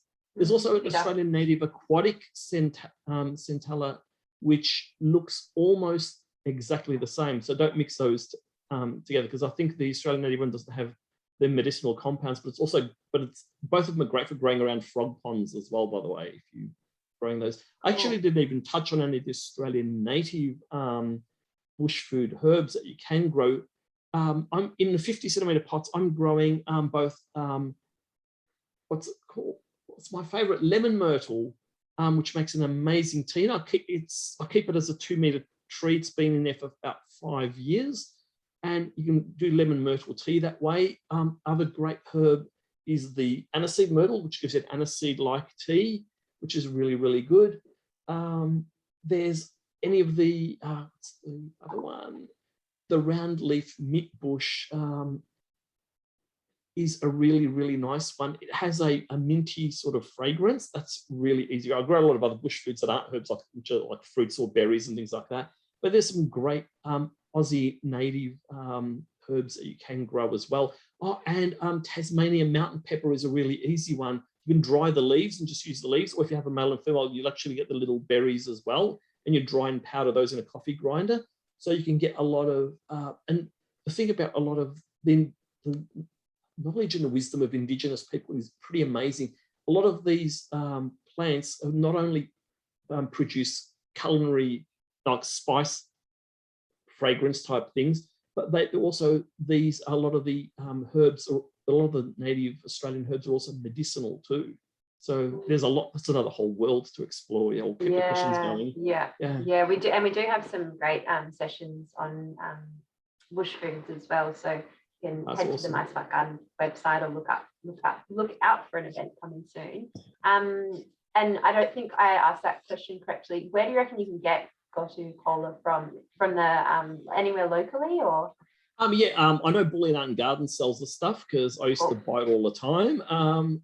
That shouldn't be too hard to get. Ceres might possibly have that too, and that'd be the only probably local places that I can think of that would sell something like that. Yeah. So Deb had a question about ginger. Putting bubble wrap around the pot can help it keep warm and help it sprout. Have you heard about this? Would that work? Yeah, essentially that's all about insulating the pot, because if we get really cold nights, the pot can get cold, and therefore the soil temperature will actually drop. In England, they're very fond of wrapping their pots because they have to, because things actually freeze. A few layers of bubble wrap can do it on a really frosty night. You could also just throw something over. In the nursery industry, we just tend to use geotextile fabric. There's stuff called Marrick's light weed mat, which people use when they build wicking beds, and they just put it over the rocks before they put the soil down. And we just use that as frost cover material. It'll hold enough warmth underneath. It's usually black in color, and it'll work fairly well. But using bubble wrap around ginger pots will also work too. You can just tie it with string around. That will work also. But you have to be aware that it's great for keeping the cold out, but it'll stop it getting too warm too. So in springtime, I guess, or when it warms up, you can do it overnight, but you wouldn't leave it there, because when the sun comes out, you want it to actually sun to hit the sides of a pot, especially if it's a black plastic pot, to warm up. If you leave it on, it'll insulate it, which is the reason why we also don't put our mulch down too early in our gardens, especially if we've got fruit trees or herbs that die down, because they usually wait for the soil temperature to warm up to about 14 degrees and they spring up. If you put a thick layer of mulch over very early, like we normally put around November, because if you put it before then, the soil will take longer to warm up because the mulch insulates it and it won't come up. So just be aware, if you insulate it, you only would use the bubble wrap overnight and you take it off during the day. That would be the best way to use it. In Australia, that is, or in Victoria, I should say, yeah. Cool. I lost my part. Matthew was asking that he's got a balcony where they get low sun in winter. You get more low sun in winter than in summer. Any suggestions for a spot like that? Yeah, because there should be more low sun in winter. Well, in permaculture, we talk about how we work smarter, not harder, and we don't use more resources. We just use more creativity and knowledge. Well, you can do a little bit of lateral thinking. If you've got like a raised balcony wall or edge and the sun's lower, obviously you have a longer shadow and things will get less light. A simple solution is probably stack a few milk crates and elevate them up. That way you can increase the amount of light that they get. Secondly, you can use hanging baskets, which elevate things up so they're always in the light and they will receive less shade. Mind you, the thing with hanging baskets is they will dry out quicker as well, so you have to be aware of that. You might have to add something to the potting mix like a coconut coir to make it hold moisture better. Other possibilities, grow a balance of things that need light and things that need shade. So when during winter, a lot of the other pick shade plants that don't die down over winter like that. That doesn't mean things like mint, because mint will die down. So go through the list, pick what plants that are in the shade plant list that are basically evergreen, and use those. So always strike a balance between the conditions that you have.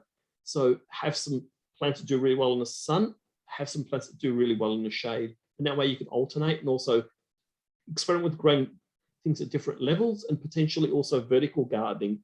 You might have a pot that's sitting low, but the plant could be run up if it actually grows fairly high, and you can have it take advantage of the light that way, plus increase the growing space. Cool. Sorry, I'm just trying to read through all the comments, and I think we'll only take a couple more questions. So I was trying to choose some that were a bit more, universally useful. Yep. And people can email me if they got other specific questions. I'm fine with that. Yeah. What about native plant seeds? Where do you get them from? Native plant seeds. Okay. Well, if they're going to be bush foods and things, cereals is great for things like that. Bunurong and Wadawurrung has a bush food section, and a lot of the places like the Indigenous nurseries like VINC, the Victorian Indigenous Nurseries Cooperative, is really good. Also, Edendale is another nursery that does lots of herbs. There's also absolutely crazy, unbelievably, mind-numbingly fantastic sort of spend a day out in the country. There's one out in the country, I forget the name of it, and they do a lot of bush foods. It's not coming to me. If anyone knows, please type it up. I've been there. They sell bush foods in dried form. They sell lots of native and indigenous plants, and you can get lots of bush foods there as well. It doesn't come to mind. I haven't been there for a while. It's been a few years. It's not coming. Edendale series and Bunurong and Wadawurrung, you'll get a fair bit. Check also VINC. Peppermint Ridge, is that the one? Peppermint Ridge, yeah, that's the one. And there's one other one as well, Thanks, which I can't think of as well. So just Google Indigenous plant nurseries, Melbourne, or Victoria, I should say Victoria, and you'll get a big list of them. And a lot of the plants that are indigenous can sometimes be crossover as bush foods as well. They can be bush foods or bush herbs. So yeah, it opens up a whole range of possibilities. Don't forget, those plants are the plants that grow best here Absolutely. Yeah. And we do have, as I said, lots of sessions on growing Indigenous plants through my smart garden. All right, we might finish with Sky's question, which is tips to get teeny tiny seeds started. Found Angelica and lavender difficult to get going, and echinacea seeds. Okay. The important thing with all seeds, because I have gardening calendars on my website every month to tell you what plants you can plant. Now, if you look at, if you've got seeds and you don't have instructions, you can either look up a gardening site or look up a seed supply. Now, you might tell you when the seeds sow in. Like, I believe all of those seeds that she's mentioned all go in spring. So you would start them indoors. Now, if you started them, in autumn or winter, they will die down. They will rot out and die. They won't survive. So with a lot of the warm season plants, the seeds specifically go in springtime. So you would get a little punnet. It's safer to put them in punnets and grow them that way, or a small pot, and make a little dent with the back of a pencil or a chopstick, put 2 or 3 seeds into the hole. If you've got a little punnet, which is square, maybe put 6 or 8 holes, put 2 to 3 seeds in each one, water it, level the soil off, the potting mix, I should say, water it, keep it moist, put it in a spot that's fairly well protected, but gets reasonable light, and just tend to them, wait till they come up. They should come up in about 2 to 3 weeks. Also, I find with any seed sowing, if you get organic seeds, I get higher germination rates, i.e. higher sprouting rates, than if I just get the usual big hardware / garden nursery chain store mass production seeds. I find that the organic seeds, I tend to come up a lot better. Also, make sure that the seeds are fresh. That all seeds will have a use by. Make sure it's at least a year ahead, and it's not too close, because some seeds will keep for a year, some seeds will keep for 5 years. The longer they're kept, though, the less viable they are.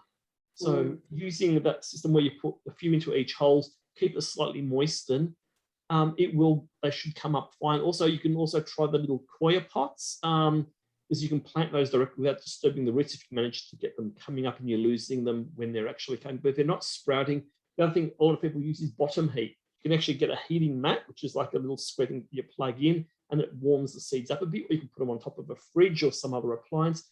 Bottom heat tends to increase the sprouting rate of seeds, so they come up usually much better. So there's a few things to try, and hopefully they will come up. They're slightly tricky though. Some seeds are easy to grow, like broad beans and radish seeds. Just push them with your thumb, they'll come up, no problem. Great beginner seeds for veggies. Some herbs are a bit trickier. So if you're constantly having trouble, lavender's easy to propagate from cuttings than from seed, in my experience. It doesn't tend to self-seed that readily. So if you look at some of the honest seed supplier websites, they will have difficulty rating for the seed. They'll have easy, moderate, or difficult. And when you look at the seeds on All Rare Herbs, they actually tell you how hard these things are to sprout. So just be aware that some things are a bit harder than others. Angelica shouldn't be too hard. Lavender's a bit on the tricky side. And what was the third one there, Beck? Echinacea. Echinacea, yes, that's a little bit tricky. The simplest way to grow echinacea is you buy a seedling. You can get one for about $4. You get it at the start of spring, because they usually rot out in the garden or in pots if you plant them too late. Get it really nice and early, like as soon as they start sprouting, which is about now.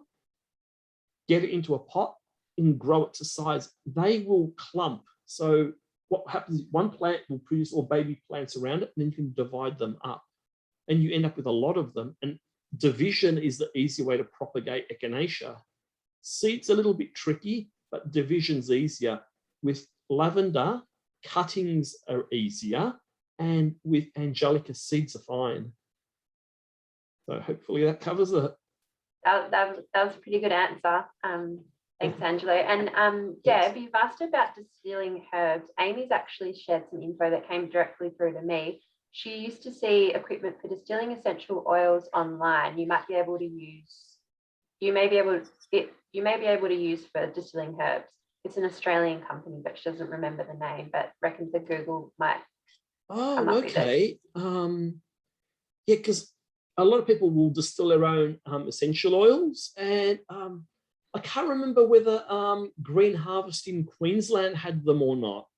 Because Green Harvest sells, it's a big Queensland plant supplier that supplies seeds, and they mail order lots of things. Green Harvest in Queensland is another great place to shop at. And they do have things like food dehydrators, and they venture off into the culinary side of things. I can't remember if they had distilling equipment or not for essential oils. Yeah, Scott's just shared the link there for you, Deb. So excellent, yeah.